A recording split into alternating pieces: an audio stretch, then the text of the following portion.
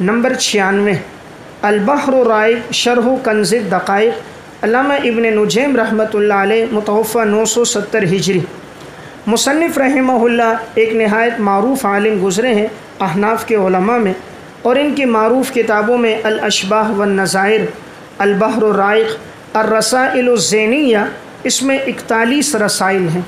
مختلف موضوعات پر یہ رسائل چھپے ہوئے ہیں۔ الرسائل الزینیہ کے نام سے بھی، اسی طرح رسائل ابن نجیم جیسے رسائل قتل و بغا ہے، رسائل علی القاری ہے، رسائل ابن رجب الحنبلی ہے، اسی طرح ان کے رسائل زینیہ اور رسائل ابن نجیم ہیں، اور اسی طرح ان کا ایک فتاوی ہے الفتاوی زینیہ۔ لیکن آیا ان سے حوالہ دیں گے یا نہیں، تو انشاءاللہ بات آگے آ رہی ہے۔ الاشباح والنظائر سے بھی حوالہ نہیں دے سکتے، اور اسی طرح ان کی فتاوی زینیہ یہ بھی غیر معتبر کتاب ہے، اس سے بھی حوالہ نہیں دیا جاتا۔ البتہ جس کتاب سے حوالہ دیا جاتا ہے اور اہل علم کے ہاں مسلم ہے وہ البحر الرائق ہے۔ بحر الرائق، بحر کہتے ہیں سمندر کو، اور رائق سے اشارہ ہے ایسا سمندر جس کا پانی شیریں ہو، لذیذ ہو، میٹھے ہو اور انسان کو پینے میں لطف آئے۔ یعنی میں نے ایک سمندر جمع کر دیا ہے جو کنز کے اندر جتنے مسائل تھے اس سے زیادہ انہوں نے تفریعات بھی ذکر کی، تشریح بھی ذکر کی، تو تفریعات کی کثرت میں اس کو تعبیر کیا جاتا ہے بحر سے۔ تفریعات کی کثرت میں متقدمین کی تمام کتابوں کے مسائل کو یکجا کرنے میں اپنے دور تک یہ کتاب سمندر کہلاتی تھی۔ اگرچہ بعد میں الفتاوی الہندیہ لکھا گیا، اس میں اس سے زیادہ تفریعات آ گئیں، اور اس کے بعد پھر شامی آئی، اس میں اور تفریعات کثرت سے آ گئیں، لیکن اپنے دور تک یعنی 970 ہجری تک اس دور کی کتابوں میں سب سے تفصیلی کتاب تفریعات کے لحاظ سے حل کتاب اور ائمہ ثلاثہ کے اقوال میں تو یہ بمنزل بحر کی تھی، سمندر کی طرح یہ کتاب تھی۔ تو یہ کتاب کنز کی شروحات میں سب سے مفصل شرح ہے البحر الرائق۔ پھر اسی کا اختصار ان کے بھائی نے کیا جس کا نام رکھا النہر الفائق، اور میں نے آپ کو عرض کیا تھا اس کی شروحات میں ایک معروف شرح علامہ زیلعی رحمہ اللہ کی ہے تبیین الحقائق۔ تبیین الحقائق شرح کنز الدقائق، یہ بھی علامہ زیلعی رحمہ اللہ کی ہے، یہ بھی مشہور کتاب ہے۔ مصنف نے اس شرح کا آغاز کیا اور پھر اپنی شرح کے آغاز میں اپنے مراجع اور مآخذ کا بھی ذکر کیا۔ مقدمے میں صفحہ 2 پر جن جن مآخذ سے مصنف نے استفادہ کیا ہے ان کا تذکرہ ہے۔ تو یہ شرح سابقہ تمام کتب کا خلاصہ ہے، معروف کتابوں سے اس میں استفادہ بھی ہے، جا بجا فقی مسائل کا اس میں تذکرہ ہے۔ عموماً انہوں نے ظاہر الروایہ اور راجح قول کی نشاندہی بھی کی ہوتی ہے۔ بسا اوقات قول راجح ہو تو یہ اس کی نشاندہی بھی کرتے ہیں، اگرچہ التزام تو نہیں کیا لیکن بعض مواقع پر نشاندہی کی ہے۔ اسی طرح احادیث اور آثار بھی اس میں نہایت کثرت کے ساتھ آئیں، اور اگر پہلے علماء میں کسی سے کوئی تسامح ہوا ہے یا صاحب کنز سے کوئی تسامح ہے تو ایسے تسامحات کی بھی نشاندہی کرتے ہیں۔ یہ شرح کثرت تفریعات میں، ادلہ میں، مسائل کے نقل میں، خاص طور پہ ظاہر الروایہ کے مسائل کے نقل میں سب سے ممتاز شرح کہلاتی ہے۔ لیکن انہوں نے یہ کتاب خود پوری نہیں لکھی، الاجارۃ الفاسدہ تک جب یہ پہنچے ہیں تو انتقال ہو گیا۔ پھر اس شرح کا تکملہ کیا ہے علامہ محمد بن حسین بن علی طوری حنفی رحمۃ اللہ علیہ، متوفی 1138 ہجری نے۔ یہ شرح سب سے پہلے مکتبہ علمیہ سے طبع ہوئی ہے۔ اس وقت جو متداول نسخہ ہے وہ دارالکتاب الاسلامی کا ہے، اور پاکستان میں مکتبہ رشیدیہ کوئٹہ کا نسخہ ہے۔ البحر الرائق کے مطالعے کے ساتھ سب سے اہم اور ضروری چیز ہے علامہ ابن عابدین شامی رحمۃ اللہ علیہ، متوفی 1252 ہجری کا حاشیہ جو منحۃ الخالق علی بحر الرائق کے نام کے ساتھ اصل کتاب کے ساتھ طبع ہے۔ اس لیے جب آدمی بحر کا مطالعہ کرے اس حاشیے کو بھی ضرور پڑھے۔ اس کی وجہ ہے کہ ایک تو علامہ شامی رحمہ اللہ متاخر ہے، نمبر 2 اگر کسی مسئلے میں انہوں نے فتویٰ دیا ہے لیکن وہ قول راجح نہیں ہے، مرجوح ہے، تو علامہ شامی حاشیے میں اشارہ کر دیتے ہیں، اور اگر کسی جگہ کوئی تسامح ہے اس کی نشاندہی کر دیتے ہیں۔ کسی جگہ انہوں نے کوئی مسئلہ اور تفریع یا دلیل ذکر نہیں کی تو علامہ شامی وہ ذکر کر دیتے ہیں۔ یعنی یہ کتاب بمنزل حاشیہ تکملہ کے ہیں کہ جو چیزیں ان سے چھوٹ گئیں ان تمام باتوں کا انہوں نے اس میں اضافہ کیا۔ تو چونکہ علامہ شامی ایک وسیع النظر عالم تھے، تفریعات پر، ادلہ پر، احناف کے مسائل پر، مذاہب سے واقفیت پر اللہ رب العزت نے ان کو ایک گویا کہ سند کا مقام دیا تھا۔ اس وجہ سے علامہ شامی چونکہ ہر مسئلے میں اصل سے مراجعت کرتے ہیں، آگے تعارف آئے گا رد المختار میں، انہوں نے صرف دوسروں سے مسائل نہیں لکھتے بلکہ یہ ہر مسئلے کو اس کی اصل کتاب سے لکھتے ہیں۔ اب جیسے اگر ایک مسئلہ فتاوی بزازیہ سے ہے، یا ایک مسئلہ مبسوط سرخسی سے ہے تحفۃ الفقہا سے، یا بدائع سے، یا محیط برہانی سے، تو یہ کوشش کرتے ہیں وہ اصل مرجع سے خود نقل کرتے ہیں۔ علامہ شامی رحمہ اللہ کے جو والد تھے وہ بڑے صاحب وسعت تھے، اللہ نے انہیں دولت سے نوازا تھا۔ انہوں نے اپنے صاحبزادے سے کہا تھا تمہیں جتنی کتابیں خریدنی ہے تم خریدو، تو علامہ شامی رحمہ اللہ نے تمام مخطوطات خریدے تھے، اور احناف کی وہ تمام کتابیں جو کہیں طبع نہیں تھی لیکن ان کا مخطوطہ تھا، انہوں نے وہ تمام کتابیں بھی خریدیں، اور خریدنے کے بعد ان کا کام یہ تھا کہ یہ جو مسئلہ لکھتے اصل سے لکھتے۔ اس وجہ سے جب آپ رد المختار پڑھو گے یا آپ منحۃ الخالق پڑھو گے تو آپ کو مسئلے کے اندر عبارت میں الفاظ گرے ہوئے بہت کم ملیں گے۔ ایسا نہیں ہوگا کہ عبارت ناقص ہو، عبارت ادھوری ہو، مسئلے کی صحیح تنقیح اور تہذیب نہ کی گئی ہو، یا کہیں راجع قول کی نشاندہی نہ ہو، یا سیاق و سباق سے حذف کر کے ذکر کیا گیا، ایسا نہیں۔ اس وجہ سے نقل میں انہوں نے بڑا اس بات کا التزام کیا، اسی وجہ سے اللہ تعالیٰ نے رد المختار کو اور ان کے اس حاشیے کو خاص طور پہ نمایاں مقام دیا۔ ایک ان کا یہ حاشیہ ہے، ایک العقود الدریہ فی تنقیح الفتاوی الحامدیہ، العقود الدریہ فی تنقیح الفتاوی الحامدیہ، یہ بھی فتاوی حامدیہ پر انہوں نے شرح لکھی بمنزل حاشیے کے ہے۔ یہ تینوں چیزیں بہت معروف ہیں، اس لیے علامہ شامی کی آراء ان تینوں سے نقل کی جاتی ہیں، یا رد المختار سے، یا منحۃ الخالق سے، اور یا العقود الدریہ فی تنقیح الفتاوی الحامدیہ، اس سے ان کی رائے معلوم ہو جاتی ہے۔ تو بہرحال اگر کوئی اس بحر الرائق کو مطالعہ کرے تو اسے چاہیے کہ اپنے مطالعے میں ساتھ منحۃ الخالق کو بھی رکھے۔ البحر الرائق میں تفریعات بہت زیادہ ہیں، اللہ رب العزت نے توفیق عطا فرمائی تو میں نے اس کی 5 جلدیں بالاستیعاب پڑھی، تو اس میں جو ایسی تفریعات مفید نظر آئیں تو یہ اس کتاب میں 170 تفریعات کا یہ تذکرہ ہے۔ 170 تفریعات اس میں یہ موجود ہیں۔ اگر آپ میں سے کسی کا ذوق ہو تو کتب فقہ کی تعارف نامی اس کتاب میں ان تفریعات کو پڑھ لیں۔ بہرحال علامہ ابن نجیم رحمہ اللہ کی یہ شرح اس وقت سے لے کر آج تک اہل علم کے درمیان معروف اور ممتاز ہے، اور کثرت تفریعات میں یہ کتاب بے مثل اور بے نظیر ہے۔ نمبر 97 الاشباہ والنظائر، علامہ ابن نجیم رحمۃ اللہ علیہ، متوفہ 970 ہجری۔ اشباہ والنظائر کا مطلب ہوتا ہے مشابہ باتیں، نظائر یعنی ہم مثل، ہم جنس، اس طرح کی مشابہ چیزوں کو جو ایک دوسرے کے ساتھ ملتی جلتی ہوں انہیں ذکر کیا جائے۔ یہاں یہ بات یاد رکھیں، اشباہ والنظائر کے نام سے 3 کتابیں، ایک علامہ ابن نجیم کی ہیں، ایک الاشباہ والنظائر علامہ جلال الدین سیوطی رحمہ اللہ، متوفہ 911 کی ہے، ایک اشباہ والنظائر علامہ تاج الدین سبکی، متوفہ 771 ہجری کی ہے۔ علامہ تاج الدین سبکی متوفہ 771 ہجری، یہ دونوں حضرات شوافع میں سے ہیں، علامہ سیوطی رحمہ اللہ بھی اور علامہ تاج الدین سبکی رحمۃ اللہ علیہ بھی۔ البتہ ابن نجیم اشباہ یہ حنفی عالم ہے۔ علامہ تاج الدین سبکی رحمۃ اللہ علیہ وہی ہیں جن کی معروف کتاب ہے طبقات الشافعیۃ الکبریٰ، جو اس وقت 6 جلدوں میں طبع ہے۔ شوافع کے حالات پر سب سے مفصل کتاب یہی طبقات الشافعیۃ الکبریٰ، یہ جو نام جب آپ کے سامنے آئے گا اور سبکی لکھا ہوگا تو یہی علامہ تاج الدین سبکی ہیں۔ شوافع کے حالات پر یہ مفصل کتاب ہے۔ یہاں 2 باتیں سمجھیں، ایک سبکی کے نام سے ان کا والد بھی ہے اور یہ ان کا بیٹا بھی ہے، جو والد ہے وہ الگ ہے اور یہ بیٹا الگ ہے۔ بیٹا جو ہے نا وہ ہے، ایک ہے علامہ تاج الدین سبکی اور ایک ہے علامہ تقی الدین سبکی، تاج الدین سبکی اور تقی الدین سبکی۔ جو ان کا والد ہے اس کی وفات ہے 756 ہجری میں، اور یہ بیٹے کی وفات جو ہے یہ 771 ہجری میں۔ اور مصنف طبقات الشافعیۃ الکبریٰ کا بیٹا ہے، والد نہیں ہے، سمجھ رہے؟ والد نے وہ کتاب نہیں لکھی ہے، والد جو 756 میں متوفہ ہے ان کی وہ تصنیف نہیں ہے، طبقات الشافعیۃ الکبریٰ ان کے بیٹے کی تصنیف ہے، علامہ تاج الدین سبکی کی۔ علامہ تقی الدین سبکی رحمۃ اللہ علیہ، اللہ رب العزت نے ان سے بھی بڑا کام لیا۔ ان کی معروف کتابوں میں شفاء السقام فی زیارت خیر الانام ہے، شفاء السقام بیماروں کے لیے شفا، فی زیارت خیر الانام مخلوق میں بہترین انسان کی قبر کی زیارت کرنے میں۔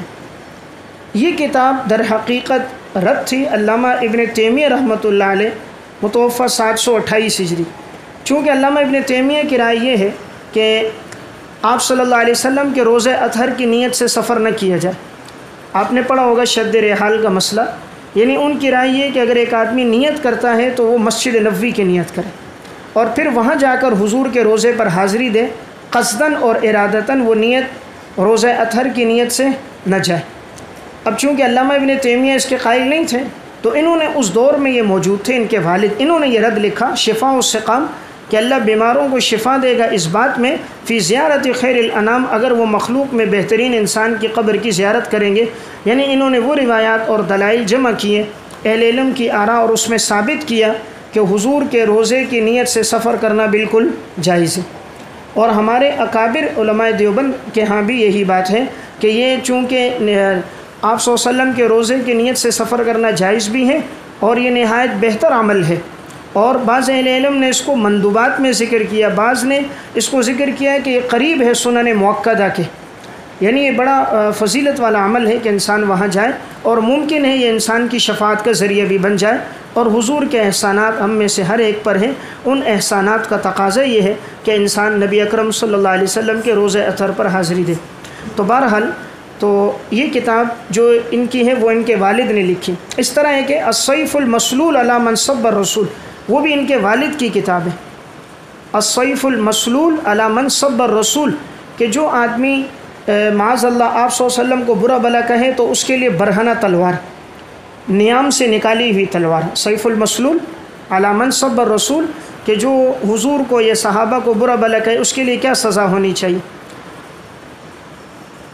اس دور میں ایک کتاب تو یہ انہوں نے لکھی تھی، اور اسی دور میں علامہ ابن تیمیہ رحمہ اللہ نے لکھی تھی الصارم المسلول علی شاتم الرسول، الصارم المسلول علی شاتم الرسول، کہ جو معاذ اللہ آپ صلی اللہ علیہ وسلم کو برا بلا کہے تو اس کے لیے برہنہ تلوار اور کاٹ دینے والی تلوار جو انسان کی گردن کاٹ دے، الصارم المسلول۔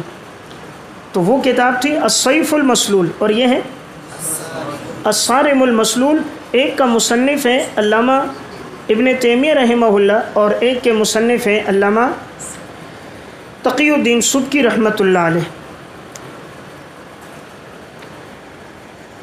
آپ صلی اللہ علیہ وسلم یہ صحابہ کی معاذ اللہ کوئی گستاخی کرے تو شوافع میں تو السیف المسلول ہے، حنابلہ میں ابن تیمیہ کی الصارم المسلول ہے، حنفیہ میں علامہ شامی رحمہ اللہ کا ایک رسالہ ہے۔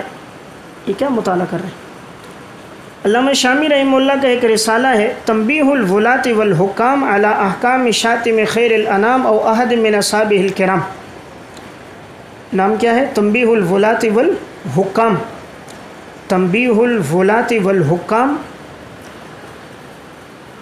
علی احکام شاتم خیر الانام او احد من اصحابہ الکرام۔ یہ علامہ شامی کا رسالہ رسائل ابن عابدین میں موجود ہے۔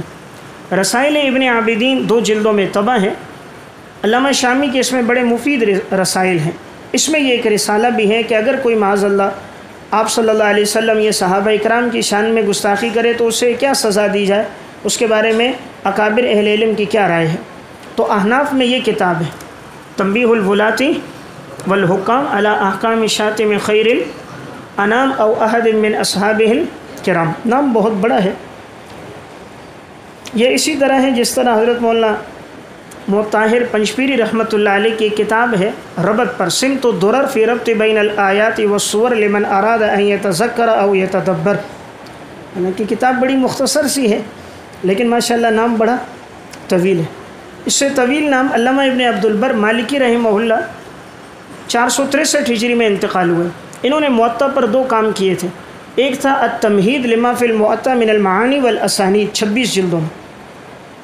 اس میں موطا مالک میں جو احادیث آ رہی ہیں ان کے معانی، تشریح اور سند پہ گفتگو کی تھی، طرق بتائے تھے، غریب الفاظ کی وضاحت کی تھی۔ دوسری کتاب ان کی جو تفصیلی جس کا نام ہے الاستذکار الجامع لمذاهب علماء الأمصار وفقهاء الأمطار وفيما تضمنه من المؤتى والرأي في الآثار وشرح كل ذلك بالإيجاز والاختصار.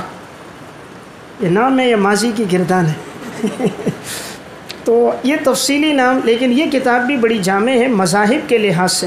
اگر ایک آدمی متقدمین کے مذاہب پڑھنا چاہے کہ فقہاء کرام کے درمیان کہ مسئلے کے اندر کتنے مذاہب ہیں، امام شعبی کی رائے، امام ابو اللیث کی رائے، لیث بن نظر کی رائے، دیگر جو معروف محدثین ہیں، تو انہوں نے ان تمام کے مذاہب اپنی اس کتاب میں رکھے تھے.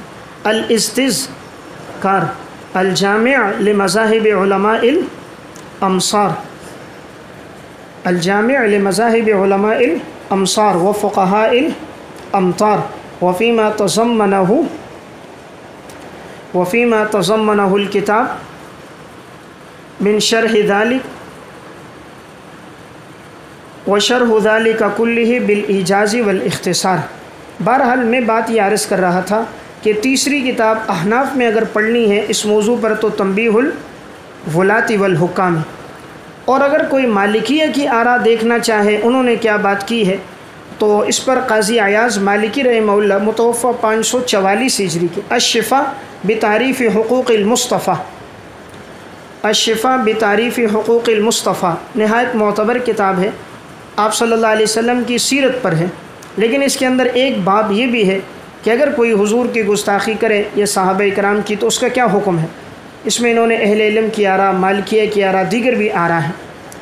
الشفاء بتعریف حقوق المصطفیٰ یہ کتاب بڑی مفید کتاب ہے اس لحاظ سے کہ حضور کی سیرت پر یہ ایک متبرک کتاب ہے اور علماء اس سے بہت برکت بھی حاصل کرتے رہے، اور آج تک عرب کے مدارس میں اسے نصاب کا حصہ بھی بنایا گیا، اور بعض جگہ اس کتاب کا سبقاً درس بھی دیا جاتا ہے.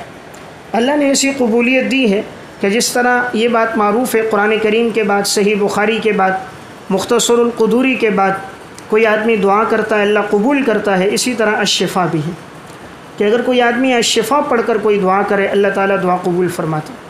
اس لیے علماء نے اس کتاب کی بڑی خدمت کی الشفاء کی. علامہ خفاجی رحمۃ اللہ علیہ کی کتاب ہے نسیم الریاض فی شرح الشفاء للقاضی عیاض، 6 جلدوں میں ہے، دارالکتب العلمیہ سے طبع، یعنی انہوں نے تفصیلی شرح لکھی. نسیم الریاض، نسیم الریاض فی شرح الشفاء للقاضی عیاض، تفصیل کے ساتھ قاضی عیاض رحمہ اللہ کی کتاب کی مفصل شرح، روایات، آثار، طرق کا تذکرہ بھی ہے، اور جو بحث انہوں نے شروع کی اسے تفصیل کے ساتھ لکھا. اس کی دوسری معروف شرح ہے شرح الشفاء للعلی القاری، ملا علی قاری نے بھی شفاء کی شرح لکھی ہے 2 جلدوں میں شرح الشفاء کے نام سے. تو یہ میں نے آپ کو 4 کتابیں بتا دیں اس بات پر کہ اگر کوئی حضور کی یا صحابہ کی گستاخی کرے تو حنابلہ میں کون سی ہیں؟ الصارم المسلول علی شاتم الرسول علامہ ابن تیمیہ کی، اور شوافع میں السیف المسلول علی من سب الرسول، اور حنفیہ میں تنبیہ الولاۃ والحکام، اور مالکیہ میں الشفاء بتعریف حقوق المصطفیٰ قاضی عیاض مالکی رحمہ اللہ کی. دیکھیں بات یہ چل رہی تھی کہ علامہ ابن نجیم رحمہ اللہ کی اشباہ سے میں نے ایک بات نکالی تھی کہ اشباہ نام کی 3 کتابیں ہیں، تاج الدین سبکی کی بھی ہے اور اسی طرح علامہ سیوطی رحمہ اللہ کی بھی ہے، اور پھر یہاں سے بات عرض کی کہ علامہ سبکی کے نام سے والد بھی ہے، بیٹا بھی ہے. بیٹے کی کتاب مشہور طبقات الشافعیۃ الکبریٰ، اور والد کی کتابوں میں شفاء السقام ہے، اسی طرح والد کی کتابوں میں السیف المسلول ہے. جب انہوں نے شفاء السقام لکھی تھی تو علامہ ابن تیمیہ کا ایک شاگرد ہے علامہ ابن عبد الہادی حنبلی رحمۃ اللہ علیہ متوفہ 744 ہجری، اس نے شفاء السقام کا پھر رد لکھا تھا اور اس کا نام رکھا تھا الصارم المنکی علی رد سبکی، کہ برہنہ تلوار سبکی کی گردن پر برہنہ تلوار علامہ سبکی کی گردن پر، چونکہ علامہ سبکی کا نے رد لکھا تھا علامہ ابن تیمیہ کا، تو اب شاگرد نے ان کے دفاع میں یہ کتاب لکھی تھی اور ان روایات پر انہوں نے تجزیہ کیا کہ آیا وہ روایات جو انہوں نے ذکر کی ہیں وہ روایات سندن درست ہیں یا نہیں، ان روایتوں پہ کلام ہے تو اس کلام کا بھی انہوں نے تذکرہ کیا. یہ ان کا شاگرد علامہ ابن عبد الہادی حنبلی بڑا محقق عالم ہے، حدیث و رجال پر اس کی بڑی نظر ہے. اپنے استاد کے حالات پر انہوں نے ایک کتاب بھی لکھی العقود الدریہ فی ترجمہ شیخ الاسلام احمد ابن تیمیہ، تو انہوں نے یہ اپنے استاد کے حالات پر بڑی مفصل کتاب بھی لکھی ہے۔ اسی کتاب میں وہ جملہ بھی ہے کہ علامہ ابن تیمیہ رحمہ اللہ کو اللہ رب العزت نے بڑی وسعت مطالعہ اور علم عطا کیا تھا، حافظہ بھی ان کا بڑا بے نظیر تھا، جو بات سنتے یاد ہو جاتی۔ جب ان سے پوچھا گیا تو ان کی زندگی کا تقویٰ تھا، فرمانے لگے کنت اذهب الى المساجد المهجورة وامرغ وجهي في التراب واقول یا معلم آدم و ابراہیم علمنی، کہ میں ویران مسجدوں میں جاتا ہوں، اپنی پیشانی اور اپنے گھال رگڑتا ہوں اور اللہ تعالیٰ سے دعا کرتا ہوں کہ اللہ تو نے حضرت ابراہیم کو اور حضرت آدم علیہ السلام کو علم عطا فرمایا، مجھے بھی علم عطا فرما۔ اللہ تعالیٰ نے پھر علامہ ابن تیمیہ کو بہت علم عطا فرمایا۔ اس لیے علامہ ابن تیمیہ وسعت معلومات میں، وسعت مطالعے میں، تفریعات کی وسعت میں، حدیث و رجال پر ان کی بڑی گہری نظر تھی۔ اس لیے ان کے بارے میں ایک معروف جملہ ہے، کل حدیث لا یعرف ابن تیمیہ فلیس بحدیث، جو حدیث علامہ ابن تیمیہ کو معلوم نہ ہو وہ حدیث ہی نہیں۔ جب یہ درس دے رہے تھے علامہ صلاح الدین صفدی رحمۃ اللہ علیہ نے الوافی بالوفایات میں ان کا تذکرہ کیا۔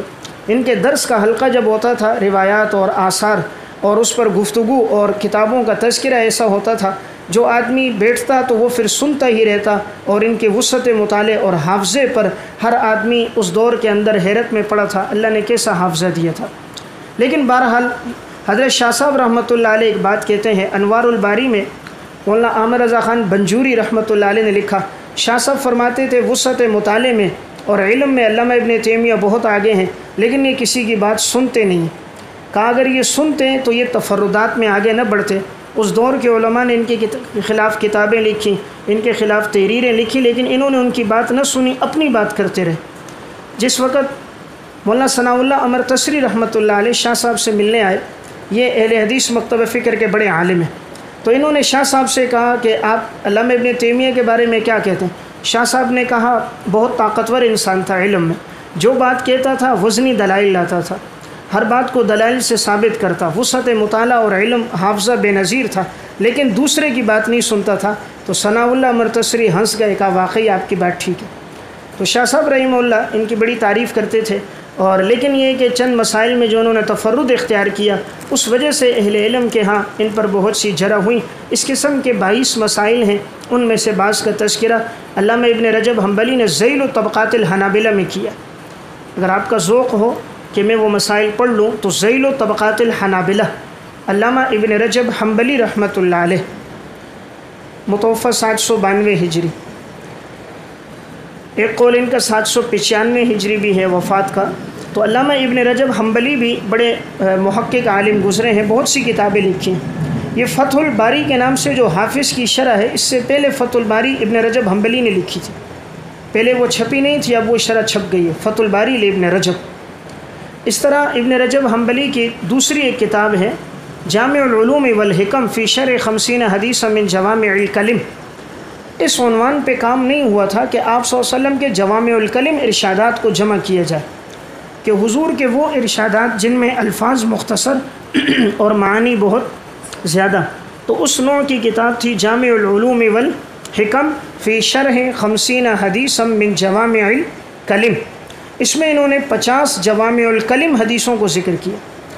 اگر اس کتاب کا اردو میں ترجمہ کر دیا جائے تو نہایت مفید ہوگا، اس لیے کہ اس میں 50 وہ حدیثیں کہ جن کے اندر الفاظ بڑے مختصر اور ان میں معانی کا گویا ایک سمندر ہے۔ انہوں نے پورے ذخیرے حدیث سے وہ انتخاب کیا۔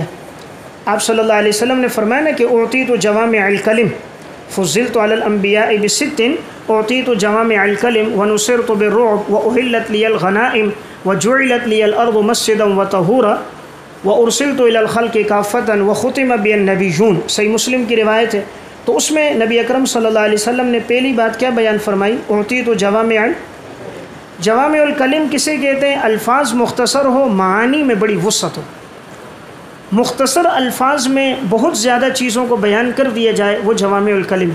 جیسے آپ کا یہ ارشاد ہے انما الاعمال بالنیات، یا آپ صلی اللہ علیہ وسلم کا یہ فرمان ہے من حسن اسلام المرء ترکہ ما لا یعنی، یا الحلال بین والحرام بین وما بینہما مشتبہات لا یعلمہن کثیر من الناس فمن اتقى الشبہات فقد استبرأ لدینہ وعرضہ ومن وقع فی الشبہات وقع فی الحرام۔ بخاری مسلم کی روایت ہے، یہ بڑی جامع روایت ہے۔ تو جوامع الکلم ہے یہ بھی، کہ اس میں گویا کہ ایک پوری زندگی گزارنے کا ایک طریقہ ہے اور انسان کو اپنی عزت محفوظ کرنے کے لیے کن باتوں کی رعایت رکھنی چاہیے، آپ نے اسے بیان کیا۔ یا آپ کا یہ جو جملہ ہے لا یؤمن احدکم حتی یحب لاخیہ ما یحب لنفسہ، صحیح مسلم ہی کی روایت ہے کہ اس وقت تک کوئی مسلمان نہیں جب دوسرے کے لیے وہ پسند نہ کرے جو اپنے لیے۔ الدین والنصیحہ، اس قسم کی انہوں نے 50 حدیثیں جمع کی، تو نام کیا رکھا؟ جامع العلوم والحکم فی شرح 50 حدیثا من جوامع الکلم۔ تو جامع العلوم والحکم یہ بھی علامہ ابن رجب حنبلی رحمۃ اللہ علیہ کی کتاب ہے۔ بہرحال بات یہاں سے چلی تھی کہ الاشباح والنظائر کے نام سے 3 کتابیں ہیں، تو میں نے عرض کیا علامہ ابن نجیم رحمہ اللہ کی کتاب احناف میں مشہور ہے۔ یہ کتاب 7 فنون پر مشتمل ہے۔ اس میں پہلا فن ہے القواعد الکلیہ، اس میں قواعد کا تذکرہ ہے اور ساتھ ساتھ انہوں نے تفریعات ذکر کی۔ دوسرے فن میں انہوں نے فوائد ذکر کیے ہیں۔ تیسرے فن میں الجمع والفرق، ایسے مسائل کا ذکر ہے، ایسی تفریعات کا ذکر ہے جن میں فرق بتایا گیا ہے، کہاں ان میں اجتماع ہو رہا ہے، کہاں ان میں فرق ہو رہا ہے۔ چوتھے فن میں انہوں نے الالغاز، پہیلیاں ذکر کی ہیں۔ مختلف عنوانات میں جو پہیلیاں ہوتی ہیں، یعنی مسائل میں جو پوچھی جاتی ہیں، اس طرح کی پہیلیاں انہوں نے ذکر کی۔ اور 5ویں میں حیلے ذکر کیے ہیں، 6ٹھے میں فروق ذکر کیے ہیں، 7ویں میں حکایات بھی ہیں، خطوط بھی ہیں، پیغامات بھی ہیں، اور اسی میں نصیحتیں بھی ہیں۔ امام ابو یوسف رحمہ اللہ کو جو امام صاحب نے نصیحتیں کی وہ اشباح والنظائر کے آخر میں بڑی مفید نصیحتیں ہیں، اور وہ نصیحتیں میں نے امام اعظم ابو حنیفہ کے محدثانہ مقام میں آخر میں ذکر کی ہیں ترجمے کے ساتھ۔ بڑی اہم نصیحتیں ہیں، اگر ہو سکے تو امام صاحب کی زندگی کے 50 واقعات بھی ہیں آپ کی ذہانت اور فطانت کے اس کتاب میں، اور اسی طرح آپ کی تقریباً 35 عمدہ نصیحتیں بھی ہیں، اس کا مطالعہ کریں انشاءاللہ فائدہ ہوگا۔ الاشباح والنظائر کی بہت سی شروحات لکھی گئیں، لیکن اس وقت جو شرح سب سے زیادہ معروف ہے اہل علم کے درمیان میں وہ شرح ہے علامہ احمد بن محمد مکی المعروف علامہ حموی، متوفہ 1098 ہجری کی غمز عیون البصائر شرح الاشباح والنظائر، یہ شرح طبع ہے۔ غمز عیون البصائر شرح الاشباح والنظائر، یہ شرح طبع ہے اہل علم کے درمیان، اور اس سے عموماً حوالہ دیا جاتا ہے، اس لیے اگر کوئی اشباح پڑھنا چاہے تو اس شرح کو اپنے مطالعے میں ضرور رکھے، غمز عیون البصائر کو۔ یہ شرح 4 جلدوں میں دارالکتب العلمیہ سے طبع۔ اس کے علاوہ اس کی 2 شرح ایسی ہیں، علامہ شامی نے ان کا بہت حوالہ دیا ہے، حاشیہ ابن عابدین میں بھی دیا ہے، آپ پڑھو گے شرح عقود رسم المفتی میں بھی حوالہ دیا ہے۔ وہ 2 شرح یہ ہیں، ممکن ہے ان کے پاس ان شروحات کا کوئی مخطوطہ ہو، لیکن اس وقت یہ شرح طبع نہیں ہے۔ ایک ان میں یہ شرح جس کا نام آپ کے سامنے آئے گا وہ علامہ محمد ہبۃ اللہ بن محمد بن یحییٰ بعلبکی رحمہ اللہ، متوفہ 1224 ہجری کی شرح ہے التحقیق الباہر فی شرح الاشباح والنظائر۔ تو اس لیے جا بجا یہ بات آئے گی علامہ ہبۃ اللہ فرماتے ہیں تحقیق الباہر میں، تو یہ تحقیق الباہر وہی اشباح والنظائر کی شرح۔ اس طرح دوسرا نام آئے گا اکثر کہ علامہ ابن بیری رحمہ اللہ فرماتے، تو ابن بیری متوفہ 1099 ہجری ہے، انہوں نے اشباح والنظائر کی جو شرح لکھی ہے اس کا نام ہے عمدۃ ذوی البصائر بحل مہمات الاشباح والنظائر۔ تو عمدۃ ذوی البصائر یہ علامہ ابن بیری رحمۃ اللہ علیہ کی ہے۔ تو بہرحال ان 2 کتابوں کا تذکرہ ملتا ہے، البتہ معروف کتاب ان کی الاشباح ہے اور اس کی معروف شرح غمز عیون البصائر۔ اب آیا کیا الاشباح والنظائر سے فتویٰ دے سکتے ہیں یا نہیں دے سکتے؟ تو اس سے فتویٰ نہیں دے سکتے، اس کی وجہ علامہ شامی رحمہ اللہ نے شرح عقود رسم المفتی میں یہ بات ذکر کی ہے کہ اشباح والنظائر اور الدر المختار یہ 2 ایسی کتابیں ہیں کہ جس میں بہت سی عبارات کے نقل میں ان سے عبارتیں چھوٹ گئیں، یعنی پوری عبارت یہ مسئلے کی نہیں نقل کر سکے، عبارتیں انہوں نے ادھوری نقل کی ہیں، عبارتیں ان سے رہ گئیں، اور دوسری بہت ساری جگہوں میں انہوں نے مرجوع قول کو راجح کہہ دیا، حالانکہ وہ قول راجح نہیں۔ اس طرح بہت سے مسائل میں انہوں نے دیگر اہل علم کے اقوال پہ فتویٰ دے دیا، مذہب غیر پہ فتویٰ دیا ہے جو احناف کا مذہب بھی نہیں ہے، تو یعنی اختصار بھی بہت ہیں، مذہب غیر پر فتویٰ بھی ہے، اور بسا اوقات مرجوع قول بھی ہے، اور بسا اوقات عبارت بھی ان سے چھوٹ گئی ہے، اس وجہ سے ان 2 کتابوں سے فتویٰ نہیں دیا جاتا۔ تو علامہ شامی رحمہ اللہ کہتے ہیں ان الدر المختار والاشباح والنظائر تشتمل على سقط فی النقل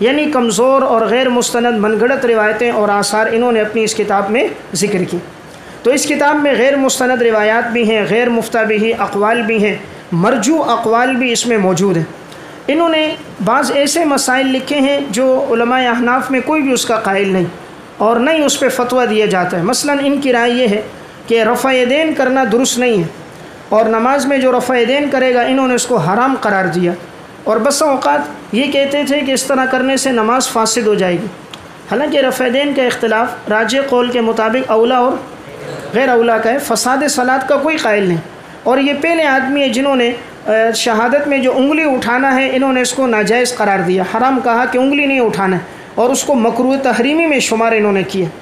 اس لیے ان کے بارے میں علامہ انور شاہ کشمیری رحمۃ اللہ علیہ العرف الشذی ابواب الصلاۃ باب ما جاء فی الاشارۃ بالتشہد، حضرت شاہ صاحب فرماتے ہیں کہ ملا علی قاری رحمۃ اللہ علیہ فرمانے لگے اگر یہ روایت نہ ہوتی کہ ایک مسلمان کے بارے میں حسن ظن رکھو تو میں خلاصہ کیدانی کے مصنف کی تکفیر کرتا، میں اس کو کافر کہہ دیتا کہ اس نے ایک بات صحیح حدیث سے ثابت ہے، یہ اشارہ بالسبابہ صحیح روایات سے ثابت ہے، اور اس نے اس کو حرام کہہ دیا اور مکروہ تحریمی میں شمار کر دیا۔ تو ملا علی قاری کہتے ہیں اگر حسن ظن نہ ہوتا تو میں اس کو کافر کہہ دیتا۔ تو شاہ صاحب رحمہ اللہ نے ان کے حوالے سے یہ بات ذکر کی۔ شاہ صاحب بھی کہتے ہیں لا نعلم صاحب الکیدانی انہ معتبر او غیر، میں نہیں جانتا کہ یہ مصنف معتبر ہے یا غیر معتبر ہے، مجھے ان کے حوالے سے کوئی بات نہیں پتہ۔ اسی طرح جہرن تسمیہ پڑھنے کو انہوں نے حرام قرار دیا ہے۔ اب انہوں نے کہا کوئی پڑھے گا تو اس کو اس میں مکروہ تحریمی میں شمار کیا ہے، حالانکہ ہمارے ہاں یہ مکروہ تحریمی میں اس کا شمار نہیں ہے۔ تو بہرحال انہوں نے ایسے مسائل لکھے ہیں کہ جو مفتبی بھی نہیں ہیں اور اہل علم میں سے کسی نے اس کو قبول بھی نہیں کیا۔ تو یہ مصنف اسی طرح جیسے ملا مسکین اور جیسے علامہ کوہستانی، تو تیسرا ان کا بھائی کون سا ہے؟ ملا لطف اللہ نصفی خلاصۃ الکیدانی والا، کہ اس کے حالات کا کسی چیز کا علم نہیں، اور یہ غیر معتبر کتاب ہے اور موضوع اور من گھڑت روایتوں پر مسائل پر مشتمل ہے۔ اس کتاب کی شرح علامہ عبد الغنی نابلسی رحمۃ اللہ علیہ نے الجواہر الکلی شرح عمدۃ المصلی المشہور بالمقدمۃ الکیدانیہ کے نام سے لکھی ہے۔ یہ شرح طبع ہے، دارالکتب العلمیہ سے طبع۔ اس میں مصنف نے جا بجا شرح کے اندر اس میں علمی طور پر گرفت بھی کی ہے اور غیر مستند روایات اور مسائل کی نشاندہی بھی کی ہے۔ خلاصہ کیدانی پر بہت سی شروحات لکھی گئیں، ان شروحات کا تذکرہ عموماً نزہۃ الخواطر میں زیادہ ہے۔ نزہۃ الخواطر یہ کتاب ہے علامہ عبدالحی حسنی رحمۃ اللہ علیہ۔ سنیں، علامہ عبدالحی حسنی یہ علامہ ابو الحسن علی ندوی رحمۃ اللہ علیہ کے والد ہیں، علامہ ابو الحسن علی ندوی کے والد ہیں، اور یہ کتاب ہندوستان میں آنے والے جتنے لوگ ہیں ان کے حالات ہیں، پہلی صدی سے لے کر 14ویں صدی تک۔ اب 13ویں تک تو یہ پہنچ گئے، 14ویں کا انہوں نے آغاز کیا، پھر 14ویں 15ویں، اس میں جو اہل علم آئے ہیں ان کے حالات ابو الحسن ندوی نے لکھی، یعنی آخری جلد بیٹے کی لکھی ہوئی اور باقی ساری جلدیں والد کی لکھی ہوئی ہیں۔ اس کتاب میں ہندوستان میں آنے والے علماء کے حالات ہیں، جو ہندوستان کے اندر رہتے تھے یا جو باہر سے ہندوستان میں آئے، انہوں نے زندگی گزاری، ان کی کتابیں، تصانیف۔ اس وقت تک ہندوستان پر کوئی کتاب نہیں تھی، ہندوستان کے علماء کے حالات پر، سمجھ رہے، ہندوستان کے علماء کے حالات پر کسی نے کام نہیں کیا تھا۔ اللہ رب العزت نے ان سے کام لیا۔ اس کی پہلی جلد جو ہے نزہۃ الخواطر کی، وہ پہلی صدی سے لے کر 8ویں صدی تک جتنے اہل علم آئے ان کے حالات، یعنی انہوں نے بہت سی کتابوں کا مطالعہ کر کے، اور جن کے بارے میں ملتا کہ وہ ہندوستان میں پیدا ہوئے یا ہندوستان میں علم حاصل کیا یا ہندوستان میں گئے، ان کے حالات جمع کرتے گئے اور وہ حالات لکھتے گئے۔ اس میں اکابر علماء دیوبند کے حالات بھی ہیں، ان سے پہلے علامہ عبدالحی لکھنوی کے حالات، علامہ نواب صدیق حسن خان ہے، علامہ محمد طاہر پٹھنی ہے، اور اسی طرح صاحب کنز العمال ہے، جتنے بھی ہندوستان کے جید علماء ہیں، شیخ عبدالحق محدث دہلوی ہے، مجدد الفسانی رحمۃ اللہ علیہ ہے، ان سب کے حالات اس میں موجود ہیں۔ تو چونکہ یہ کتاب ہندوستان میں زیادہ معروف رہی اور افغانستان میں، ایشیا میں خلاصہ کیدانی، اس لیے انہوں نے اس کی شروحات کا زیادہ تذکرہ کیا۔ شیخ رکن الدین سندھی رحمۃ اللہ علیہ متوفہ 949 ہجری نے شرح علی خلاصۃ الکیدانی کے نام سے اس کی شرح لکھی ہے۔ اسی طرح شیخ فیض الحسن بن نور الحسن حسینی متوفہ 1051 ہجری نے شرح خلاصۃ الکیدانی کے نام سے، شیخ محمد عابد نقشبندی متوفہ 1160 ہجری نے اس کی تفصیلی شرح تو شرح بسیط علی خلاصۃ الکیدانی کے نام سے، شیخ بدر الدین ابراہیم سمرقندی نے معراج المؤمنین فی اہل علیین کے نام سے شرح لکھی، علامہ محمد امین قاسمی نے شرح خلاصۃ الکیدانی کے نام سے، علامہ محمد حسن سمہولی نے شرح خلاصۃ الکیدانی کے نام سے، اور ان تمام شروحات میں اکثر کا تذکرہ کیا ہے نزہۃ الخواطر میں۔ تو بہرحال کتابوں میں یہ ایک کتاب تھی خلاصۃ الکیدانی جو غیر معتبر کتاب ہے، اس لیے اس سے فتویٰ نہیں دیا جائے گا، اور یہ غیر مستند روایات اور مسائل اور احادیث اس میں موجود ہیں۔ کتب احناف کے تعارف کے سلسلے میں اس میں 100ویں نمبر پر کتاب ہے خزانۃ الروایات، یہ قاضی جکن ہندی گجراتی کی تصنیف ہے، جن کا انتقال 920 ہجری کے حدود میں ہوا ہے۔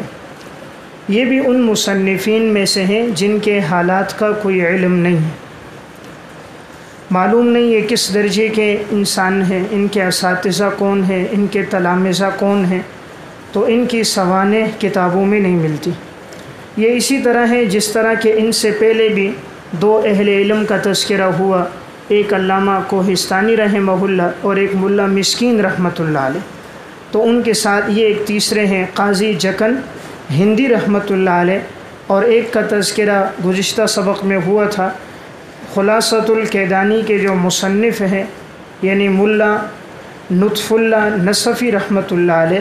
یہ سمجھو 4 حضرات ایسے ہیں کہ جن کا تذکرہ، جن کی سوانح اور جن کے حالات کا کوئی علم نہیں، تو اس لیے یہ مجہول ہیں، ان کے بارے میں معلوم نہیں ہے کہ ان کے اساتذہ اور تلامذہ کون ہیں۔ نیز یہ کتاب بھی رطب و یابس کا مجموعہ ہے، اس میں بہت سی روایات مرجو بھی ہیں، غیر مستند مسائل بھی ہیں، اور بہت سی روایات اس میں من گھڑت بھی ہیں۔ اس وجہ سے معتبر اہل علم کے ہاں یہ کتاب معتبر شمار نہیں ہوتی۔ علامہ انور شاہ کشمیری رحمۃ اللہ علیہ فیض الباری کتاب الحج باب طواف الوداع میں حضرت شاہ صاحب رحمۃ اللہ علیہ فرماتے ہیں اما خزانۃ الروایات فلا اعتمد علیہ وہو من تصانیف عالم من گجرات، خزانۃ الروایات جو تصنیف ہے میں اس پر اعتماد نہیں کرتا، اس لیے کہ یہ گجرات کے ایک عالم کی تصنیف ہے۔ اسی طرح شاہ صاحب رحمۃ اللہ علیہ العرف الشذی ابواب الصلاۃ باب ما جاء فی مواقیت الصلاۃ میں فرماتے ہیں واما خزانۃ الروایات فغیر معتبر، خزانۃ الروایات نامی جو کتاب ہے یہ معتبر نہیں ہے۔ علامہ عبدالحی لکھنوی رحمۃ اللہ علیہ متوفہ 1304 ہجری، حضرت نے النافع الکبیر میں جن غیر معتبر کتابوں کا تذکرہ کیا انہی میں کنز العباد، مطالب المؤمنین اور ان کے ساتھ خزانۃ الروایات بھی ہے۔ علامہ لکھنوی رحمہ اللہ لکھتے ہیں فَإِنَّ هَذِهِ الْكُتُبْ مَمْلُوءَةٌ مِّنَ الرَّطْبِ وَالْيَابِسِ مَعَ فِيهَا مِنَ الْأَحَادِيثِ الْمُخْتَرَعَةِ، یہ کتابیں وہ ہیں جو رطب و یابس سے بھری ہوئی ہیں اور ان کے اندر من گھڑت احادیث بھی موجود ہیں۔ تو معلوم ہوا کہ یہ کتاب بھی غیر معتبر کتاب ہے، لہٰذا اس سے فتویٰ دینا، حوالہ نقل کرنا درست نہیں ہے۔